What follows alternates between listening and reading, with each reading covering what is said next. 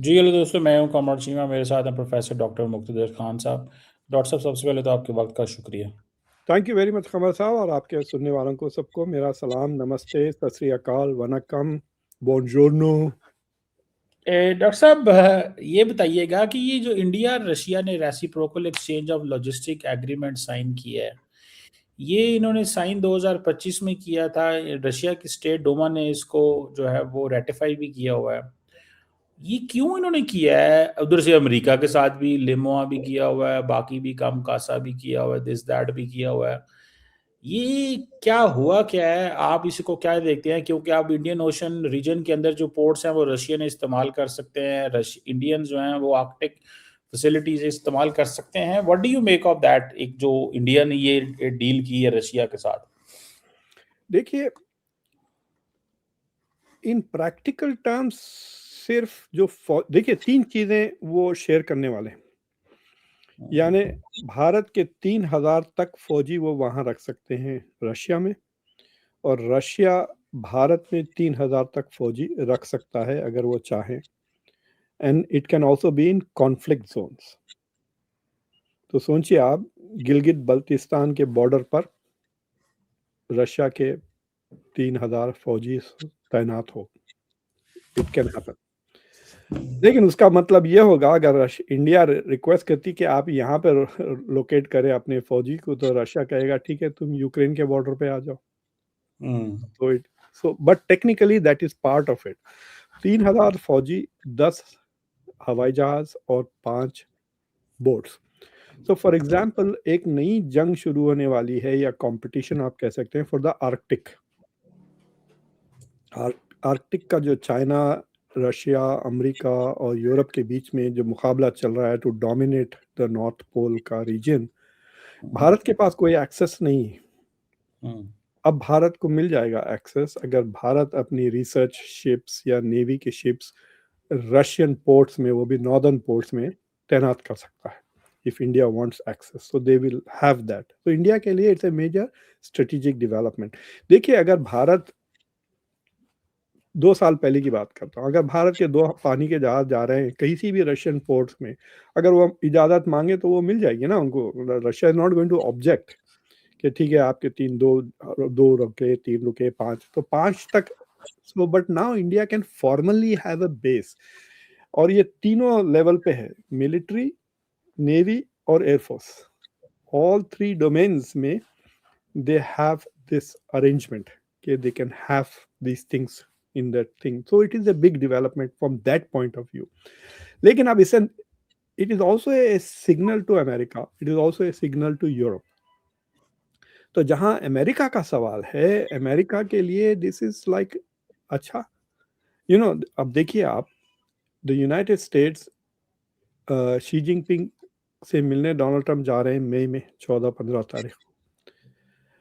आज उन्होंने ये भी कहा कि वो पाकिस्तान आ सकते हैं, लेकिन इंडिया तो नहीं आ रहे हैं। So it is looking as if to India के अमेरिका हैज़ डाउनग्रेडेड इंडिया। तो इंडिया कह रहा है ठीक है, हमारे पास दूसरे ऑप्शन है, और वो ऑप्शन रशिया है। आप फ्रीज हो गए क्या खमर साहब? नहीं। हाँ, नहीं, ऐसा लग रहा था क्या? हाँ, सो it is also India saying कि देखिए, हमारे पास दूसरे ऑप्शंस हैं, और ये मुझे लगता है कि दोबारा India is going to enter into the military orbit of Russia. यानी इसका नतीजा ये भी होगा कि अब शायद भारत और मिलिट्री हथियार रशिया से खरीदने लगे, क्योंकि वो रफाले की deal is not going through, क्योंकि वो सॉफ्टवेयर का पैकेज उनको नहीं मिल रहा है। और दूसरी चीज़ ये है कि इट इज़ ऑल्सो पॉसिबल कि India might be buying SU-57। तो वो भी एक डील आगे बढ़ रही है। मतलब वो डिस्कशन दोबारा शुरू हो गया है। तो but I think it is a geopolitically कहिए, फ्रॉम ए डिप्लोमेटिकली कहिए, कि इंडिया ने एक मेजर सिग्नल वेस्ट को दिया है कि वी आर गेटिंग क्लोजर। और जिस तरह से रशिया और चाइना के ताल्लुकात बढ़ रहे हैं, अगर उसी तरह रशिया और इंडिया के ताल्लुकात बढ़ने लगे, तो देन वो जो RIC की बात हो रही थी, दैट बिकम्स मोर रियलिस्टिक ना, कि there is indeed such a thing as an RIC। तो वो आपकी बात ठीक है, लेकिन चाइनीज इसमें क्यों आएंगे इंडियंस के साथ? इंडिया के साथ नहीं आएंगे. It will not be like a triangle, but it will be like parallel relation. जैसा कि मिसाल के तौर पे आप देख लें, अमेरिका की सऊदी अरेबिया के साथ ताल्लुकात है और अमेरिका के इसराइल के साथ ताल्लुकात है. इट डजंट मीन कि सऊदी अरेबिया इसराइल के ताल्लुकात है, यू लेकिन नो. ये बताएं कि डॉक्टर साहब, ये बताएं कि अमेरिकन इस पे क्या व्यू होगा उनका? दे आर गोइंग टू उनकी बी क्या? Upset. They are going to be very upset. इसमें कोई शक की बात नहीं है. 2 साल पहले एक खबर आई थी कि अमेरिका ने रिक्वेस्ट किया था कि उनके हवाई जहाज, उनके पानी के जहाज़ों को इंडिया की शिप यार्ड्स में रिपेयर करने की परमिशन दे. तो उस पे काफ़ी डिबेट चला था. मुझे याद है मैंने भी एक शो शायद किया था उस पे, ये कहकर कि ये this is India giving America basis from the back, मतलब बैक डोर से ये बेसिस बन रहे हैं.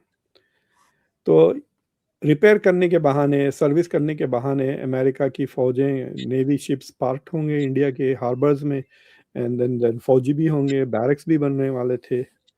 सो आई डोंट नो उसका क्या हुआ है, बट दैट अरेंजमेंट है इंडिया का विद द यूएस कि they can come and get their ships repaired.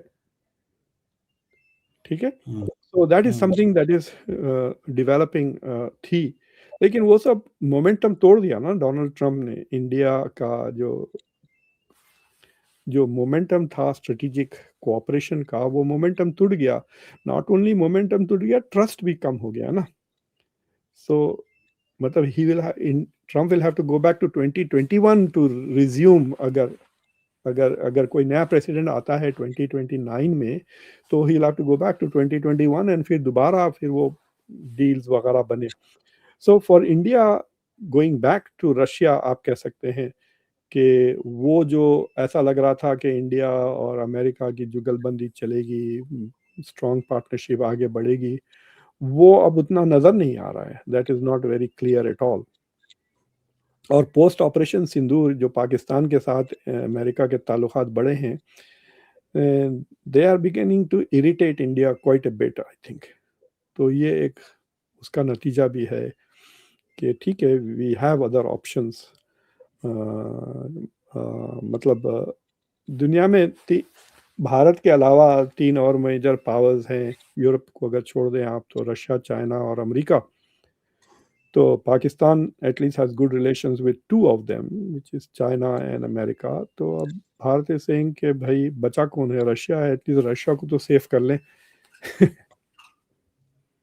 तो तो डॉक्टर साहब, ये जो इंडिया की अप्रोच है, ये तो किसी काम की ना आई, मतलब वो किसी के साथ भी नहीं है.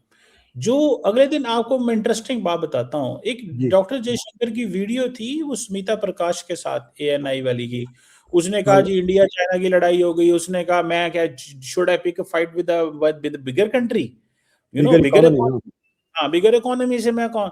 तो उसने, आज वो लोग इंडिया में कह रहे हैं भाई पाकिस्तान तो आपसे बहुत छोटा है, लेकिन वो तो आपको आ जाता है, पड़ जाता है. ठीक है. ईरान भी बहुत छोटा है लेकिन पड़ जाता है. गजा भी छोटा है, बेशक वो जैसे भी है लेकिन पड़ जाते हैं. तो आपके इंडिया के माइंडसेट क्या है लड़ने का?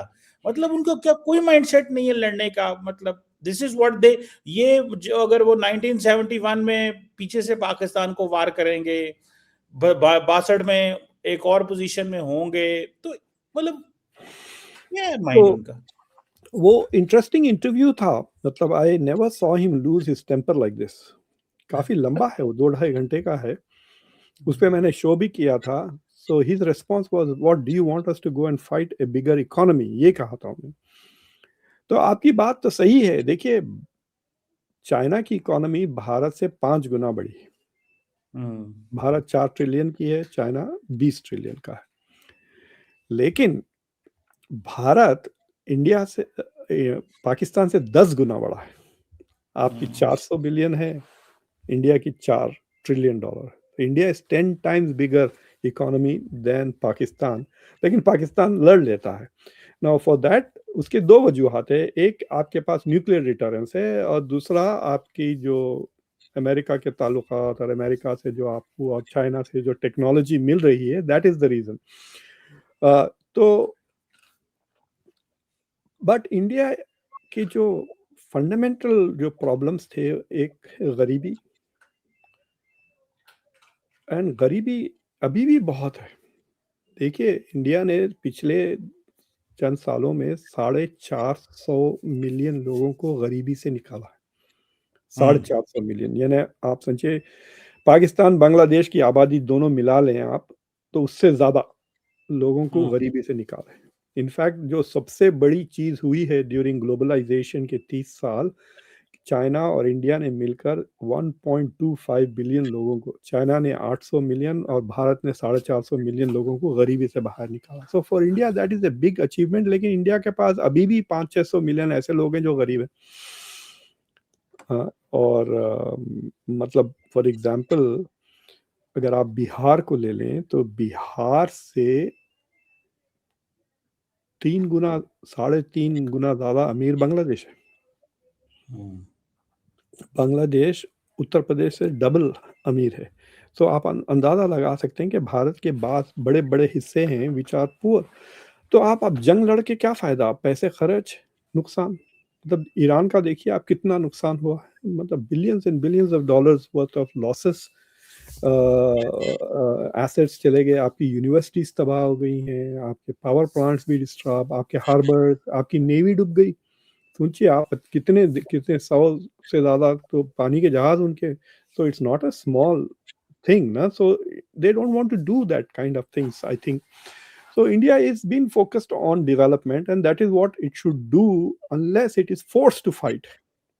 तो ये जो डिफेंस जो इंडिया डेवलप कर रहा है इज फोर्स टू फाइट। हमारे मैंने एक एक 2 हफ्ते पहले एक लेफ्टिनेंट जनरल को मेरे शो पर आए थे, वो वीपी सिंह, काफ़ी ज़बरदस्त किस्म के आदमी हैं, very intellectual. So he was saying कि we are not an expansionist power. हमें हमें हथियार और कैपेबिलिटीज़ इतनी ज़रूर चाहिए कि हम हमारे सॉवरेंटी को डिफेंड कर सकें, and that is the sole purpose of our military. जैसा अमेरिका तो wants to fight multiple wars simultaneously ना, हम बहुत ही जारहाना और एग्रेसिव हमारी मिलिट्री डॉक्ट्रिन्स है और मिलिट्री पॉलिसीज हैं। So I think that India is not that kind of a power. It is a different kind of power. Aparna Pande की किताब पढ़ें आप, मेकिंग इंडिया ग्रेट, वो उसमें भी she says it's a different kind of a power. लेकिन वो change हो रहे हैं। ये जो बीजेपी के लोग आए हैं दे आर बिकमिंग एग्रेसिव। आपने सुना होगा कई बार राजनाथ सिंह ने कहा कि हम ले लेंगे, अखंड भारत बना देंगे। So there is an aggressive streak happening, but वो उनका सारा गुस्सा फिर इंडियन मुस्लिम्स पर ही निकलता है। बस गरीबों को जाते हैं, उनके घर बुलडोज कर देते हैं, लोगों को मारते हैं, लिंच करते हैं, बट इंटरनेशनली वो दम नहीं है। जैसा कि घर में बीफ खाए तो लोगों को मार डालते हैं, यहाँ पे बीफ खाते हैं, बीफ एक्सपोर्ट भी करती है इंडिया। सो वहाँ पे internationally they are not very aggressive. बिल्कुल सही है। तो मुझे तो लग रहा है कि अमेरिकन जारी बात है बड़े नाराज होंगे इससे, लेकिन अभी तो डॉक्टर साहब यूरोप भी नाराज होगा। हाँ, यूरोप भी नाराज होगा। डॉक्टर साहब एक बात बताएं, अगले दिन मैंने आपसे ये सवाल पूछा था लेकिन मेरी तशनगी रह गई, आई थिंक मेरा ख्याल है नहीं पूछा। जो क्वाड के ऊपर जी ट्रम्प जा ही नहीं रहा, वो कह रहे हैं इसको मिनिस्ट्रियल लेवल पे ले जाओ, अगर तुमने इसको नहीं लेके जाना, वो कहते हैं वो तुम लीडरशिप भेजो, वो कहते हैं हमने लीडरशिप नहीं भेजनी। तो उन्होंने कहा हमने फॉरेन मिनिस्टर लेवल पे इसको नहीं करना। ये जो चीज है, मतलब how much this is annoying, क्योंकि ये तो इंडिया की बारी थी। इस पे इंडिया क्या कहता है? इंडिया कहता है हमने करना ही नहीं है, इंडिया इज नॉट रेडी। वो कहते हैं ठीक है हम इसको करते रहिए। क्या कैसे देखते हैं इसको? एक इंडिया से रिपोर्टिंग बहुत कम हो रही है। आप जो बात कर रहे हैं वो साउथ चाइना मॉर्निंग पोस्ट की खबर है, वही राइट? हाँ, हाँ। तो first of all that report is coming from China, और उसमें उनको मजा आ रहा है। सो तो चाइनीज आर सेइंग उनको मजा इसलिए आ रहा है कि एक देखिए, जिस दिन मार्को रूबियो का कंफर्मेशन हुआ था उस दिन क्वाड की फॉरेन मिनिस्टर्स की समिट हुई थी, याद है आपको? That was the first meeting ना, जयशंकर से पहले मुलाकात हुई थी मार्को हाँ, रूबियो। पहली मीटिंग ओथ के फौरन बाद। उसी उसी दिन वहीं पे मीटिंग क्वाड के साथ हुई थी। उसके बाद से कुछ नहीं हुआ है क्वाड को लेकर, और वो फरवरी थी, यानी 1 साल 14 महीने हो गए, यानी इंडिया की पूरा प्रेसिडेंसी खत्म हो गई है। So technically this is Australia की बारी है ना अब लीड करने की। तो वो जो खबरें जब आ रही थी, अगर आप फरवरी वगैरह में जाके देखें तो डोनाल्ड ट्रंप अप्रैल में इंडिया आने वाले थे, अप्रैल 2025, फिर अप्रैल से जाके नवंबर हुआ, फिर नवंबर के बाद दिसंबर हुआ, राइट। अब जो खबरें आ रही हैं वो ये है कि India is hosting in May and Marco Rubio is coming. India doesn't like the optics, क्योंकि इंडिया को आ रहे हैं मार्को रूबियो और उसी वक्त चाइना जा रहे हैं डोनाल्ड ट्रंप। 14 और 15 को डोनाल्ड ट्रंप वहां जा रहे हैं। तो उससे क्या होने लगा है कि I think the Indians are upset about it कि एक तुमने क्वाड खत्म कर दिया है, मोमेंटम चले गया है क्वाड का, और द अदर पार्ट इज के it looks as if India को साइड में रख के देखिए एक हायरार्की है इंडिया के दिमाग में, चाइना, इंडिया, पाकिस्तान, और इंडिया वाज होपिंग कि अमेरिका की मदद से इट विल ओवरराइड चाइना, लेकिन अमेरिका इंडिया को छोड़ दिया, चाइना और पाकिस्तान के पीछे लग गया। So that is a source of strategic anxiety कह सकते हैं आप, या concern for India that they are not interested. और जब उनसे देखिए मुझे जो बाइडेन के जो बंदे थे, जेक सलिवन और Antony Blinken, I didn't like them personally, but they are capable of having multiple thoughts in their head, unlike Rubio and Pete Hegseth तो यार रिक्शा वाला है, मतलब उसको रिक्शा भी वो ठीक से नहीं, मतलब उसको आप ऑटो वाला भी नहीं देखते, खाली वैसा हमाली टाइप का बंदा है। तो he is not capable of thinking strategically at all, इसमें कोई शक की बात ही नहीं। तो 2x2 भी नहीं किया उसने। डिफेंस सेक्रेटरी बस एक स्पीच दी थी उसने सिंगापुर में, जो किसी ने उसके स्टाफ ने लिखी, that was the only good thing he has done in the last 1 year. उसके बाद से अजीब अजीब बातें करता है, अब तो बस दुआएं पढ़ता है, प्रेयर करता है। प्रेयर की भी उसने ना हॉलीवुड का प्रेयर पल्प फिक्शन की मूवी से उठाया, वो बाइबल में है ही नहीं, उसने कह दिया कि ये बाइबल में है। सो he is so incompetent.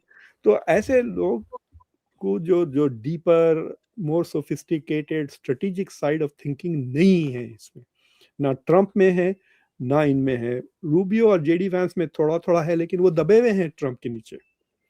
So they are not understanding कि they can continue to have good relations with China and Pakistan and still keep the quad going ना। समझे आप, क्वाड बंद करने की जरूरत नहीं थी इनको। देखिए ट्रंप जा रहे हैं चाइना, वापसी में रुक जाते चंद घंटों के लिए दिल्ली में, क्वाड की समिट हो जाती। और वैसे भी कितनी अजीब बात है कि ट्रंप चाइना जा रहा हो और इंडिया ना जा रहा हो। या obviously that is why the Indians are pissed ना।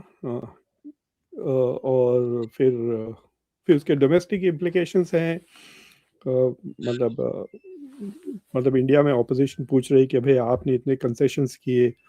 अभी भी देखिए आप, इंडिया की जो 2 जहाज पे ईरान ने जो फायर किया, उस पर भी इंडिया ने, मतलब ईरान तो कह रहा है कि अमेरिका ने ब्लॉकेड किया इसलिए हमने हॉर्मुज को दोबारा बंद कर दिया। तो इंडिया ब्लॉकेड के बारे में कुछ नहीं कह रहा है। तो डॉक्टर साहब वैसे I2U2 is dead? Under Trump it is dead, but you को छोड़ दें आप, लेकिन इजराइल, अमेरिका, इंडिया और इंडिया यूएई के ताल्लुकात तो मजबूत होते जा रहे हैं ना। आज अजीत डोवल सऊदी अरेबिया गए हुए हैं। तेल मांगने दिए हुए हैं, वो तो कह रहे हैं कि भाई तेल की सप्लाई चेन बहाल रखना, 50 अरब डॉलर पार्टनर है, ये वो दैट ये वो। No but why send Ajit Doval, ये तो जयशंकर को भेज सकते थे ना। नहीं या नहीं नहीं, लेकिन कि आई थिंक मेरी असेसमेंट ये है, if Doval is in Saudi Arabia, the message is from PMO of India, prime minister of India.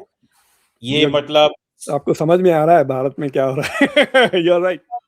या बट अगर जयशंकर जा रहा है यूएई में, तो रूटीन में चल रहा है, बस ठीक है, यूएई को लारा लप्पा लगा देंगे। डॉक्टर साहब ये जो आज यूएई ने कहा है कि हमें डॉलर दें अमेरिकन को, ये क्या चीज है डॉक्टर साहब?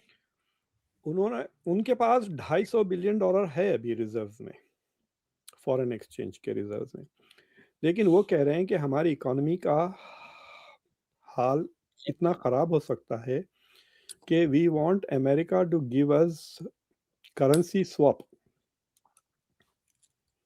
अब करेंसी स्वैप क्यों करते हैं आप? So for example let us say कि इंडिया ने भी किया था, मेरे ख्याल से श्रीलंका के साथ किया था या मालदीव्स, किसी एक कंट्री को इंडिया ने करेंसी स्वैप की परमिशन। तो लेट अस से कि आपकी करेंसी मजबूत है जैसा डॉलर यूएस की, और अगर यूएई डर रहा है कि उनके दरहम की कीमत कम होने वाली है, तो हर चीज़ महंगी हो जाएगी उनके लिए। It will be huge problem, payments करना, लोन्स करना वगैरह, हर चीज़ will become very expensive and problematic. तो आप क्या करते हैं, ये जो अगर कोई बड़ा प्लेयर आपको कहता है नहीं ठीक है मैं करेंसी स्वैप कर देता हूँ, which means you are taking a loss by saying ठीक है मैं आज की 3.65 जो रेट है डॉलर टू दिरहम, उसके बेसिस पे आपको कुछ 100 बिलियन डॉलर या 50 बिलियन व्हाटएवर। तो जैसा ट्रंप ने अर्जेंटीना के साथ किया था 20 बिलियन डॉलर का करेंसी स्वैप, तो उसमें क्या होता है आपके पास, it's like going and saying we have another 100 million, जितना भी अग्रीमेंट हो। दूसरी चीज वो धमकी भी दे रहे हैं कि अगर ये नहीं किए तो फिर हम युआन में तेल बेचेंगे। So they are threatening the US also while asking, because US इनको नहीं देगा ये। यूएस बहुत कम मुल्कों को देता है करेंसी स्वैप, यूरोपियन कंट्रीज को दिया है in the past, but it is going to be interesting to see कि अमेरिका का क्या बनता है इन कंट्रीज के साथ। मैंने कल रात को एक ग्लोबल स्कॉलर्स पर्सपेक्टिव रखा है कि इटालियन, इजिप्शियन, दो बहुत ही प्रोमिनेंट स्कॉलर्स हैं, पाकिस्तान से एक स्कॉलर हैं, और इंडियन की जो स्कॉलर थी वो नहीं आ सकी because she was not well, but I had a Chinese scholar also. तो उनके डिस्कशंस में इट इज़ वेरी क्लियर कि यूएस की क्रेडिबिलिटी शुड बी डाउन, लेकिन जो इजिप्शियन स्कॉलर है वो कह रहे हैं कि इनके पास ऑप्शन ही क्या है, ऑप्शन नहीं है गल्फ के पास, so they will still go back to America while they are looking for alternatives. तो ज़्यादा आर्किटेक्चर बदलेगा नहीं, जैसा कि India with UAE, Pakistan, with Saudi Arabia and Qatar are not going to replace the US.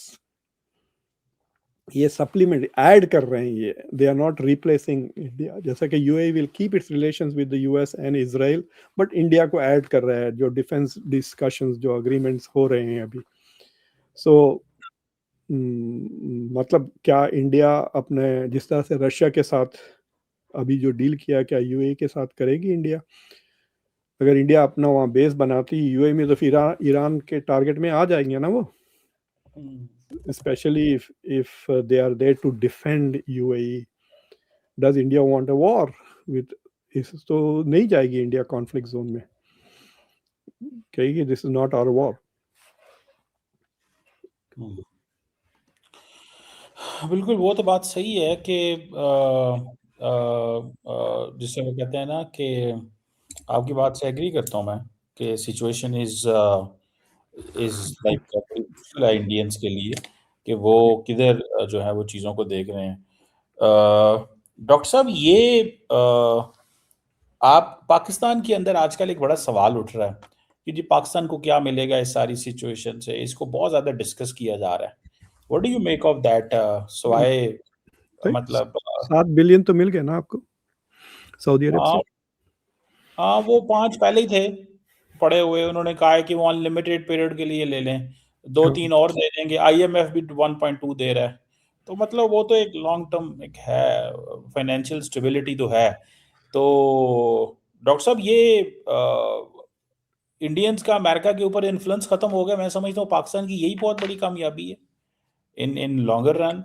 और Pakistan no, Afghanistan में कर रहा है, उसको पूछता कोई नहीं है, ये भी एक है। क्या कहते हैं? देखिए इट्स लाइक सेइंग कि आपके चैनल के व्यूअर्स व्यूइंग गिर गई, उससे मेरा क्या फायदा होगा? कुछ नहीं होगा।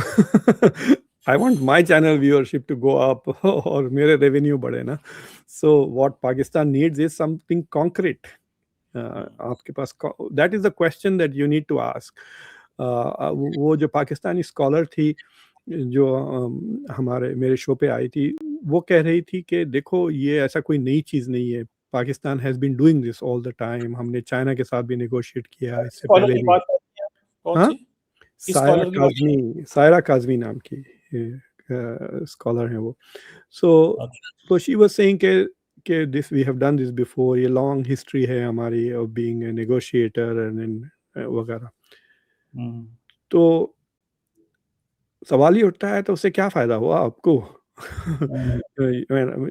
यू हेल्प्ड जो अफ़गानिस्तान के साथ नेगोशिएशंस जो हुए थे, जब यूएस विथड्रॉ हुआ, वहाँ पे भी Pakistan played an important role ना विद कतर के साथ in the US withdrawal from Afghanistan.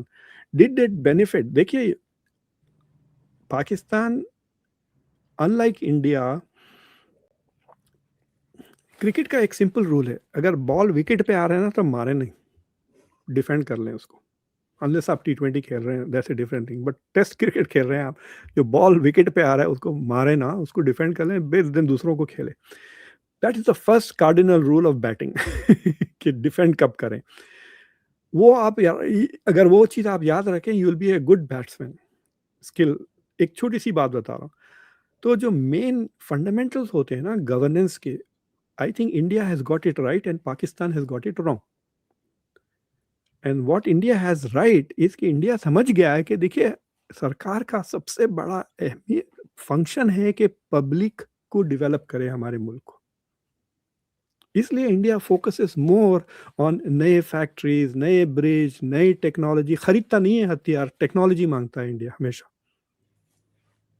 So India is benefiting from all this. जैसा अमेरिका के साथ जो ताल्लुकात है, उसमें बहुत फायदा हुआ है इंडिया का in terms of AI transfer. अब इंडिया का AI का भी जोश पकड़ रहा है।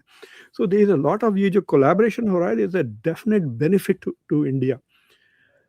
आपके पास ये जो चल रहा है राइट नाउ, खाली डिप्लोमेटिक प्रोफाइल बढ़ा है, उससे कुछ फायदा नहीं हुआ आपका।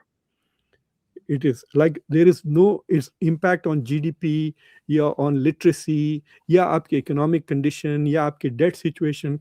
जो weaknesses है आपका, खासतौर से जो debt का situation है, that has not is not improving। और फिर और जो long term developmental है, देखिए, मैं कल नजम सेठी को सुन रहा था, वो कह रहे थे कि भाई 2 घंटे से लेके 8 घंटे तक भी अब लोड शेडिंग होने वाली है। सो वो the एक point दो तीन that I'm दिन हुई trying थी। to say is कि being part of this whole negotiation आपको कुछ फायदा नहीं हो रहा। ईरान से अगर ट्रक्स आ जाते, oil tankers by land while this is going on, then yes, you can say कि भाई Pakistan is benefiting from that। So I think that question is a valid question for Pakistanis to develop, but उसके लिए you need to have a long term domestic development plan। and I think कि जैसा Turkey में है आपके पास नहीं है, जैसा टर्की कॉन्स्टेंटली डेवलपमेंट की तरफ फोकस्ड है, that is missing from Pakistan. Malaysia के पास है plan, Indonesia has a plan on how to develop, and you can see that they are developing. देखिए आप उनकी इकोनॉमी, अब देखिए 5,000 हो गया है इंडोनेशिया की GDP पर कैपिटा। मलेशिया इस तो 11-12 या 13,000 के करीब है मलेशिया की per capita. Turkey has become a full fledged high income economy eight 18,000 है उनका पर। तो मैं तो टर्की बहुत जाता हूँ, वहाँ से मिलता हूँ, एंड आई नो कि ऑपोजिशन को ले लें या करंट पार्टी को ले लें, they have not taken there, खाली जियोपॉलिटिक्स पे फोकस नहीं है, वो जियोपॉलिटिक्स में बहुत ज़्यादा हैं, बट देयर डोमेस्टिक डेवलपमेंट पे भी फोकस्ड है। अब आप देखें, अब लाइक फॉर एग्जांपल मैं देखते रहता हूँ, कोई ऐसा शहबाज शरीफ या आसिम मुनीर ने ऐसा कोई पिछले 2 साल में ऐसा कोई प्लान नहीं बनाया कि जिसके वजह से यू कैन से कि okay the country is going to move in a better direction, other than diplomacy and security issues. बिल्कुल, ये बात तो आपकी सही है कि ये they have to get something, जिससे पता चले कि हम वाकई कुछ कर रहे हैं। सिर्फ आपने टर्की की मिसाल दी कि वो बड़ा इम्पोर्टेंट काम कर रहे हैं, और I agree with you on this. Anyhow, thank you very much ambassador doctor साहब, always pleasure talking to you. देखते थैंक यू हैं सर। कि क्या निकलता है रशिया इंडिया की टॉक से और कैसे चलती है, कॉर्ड का क्या। बहुत शुक्रिया, थैंक यू। चलिए बाय।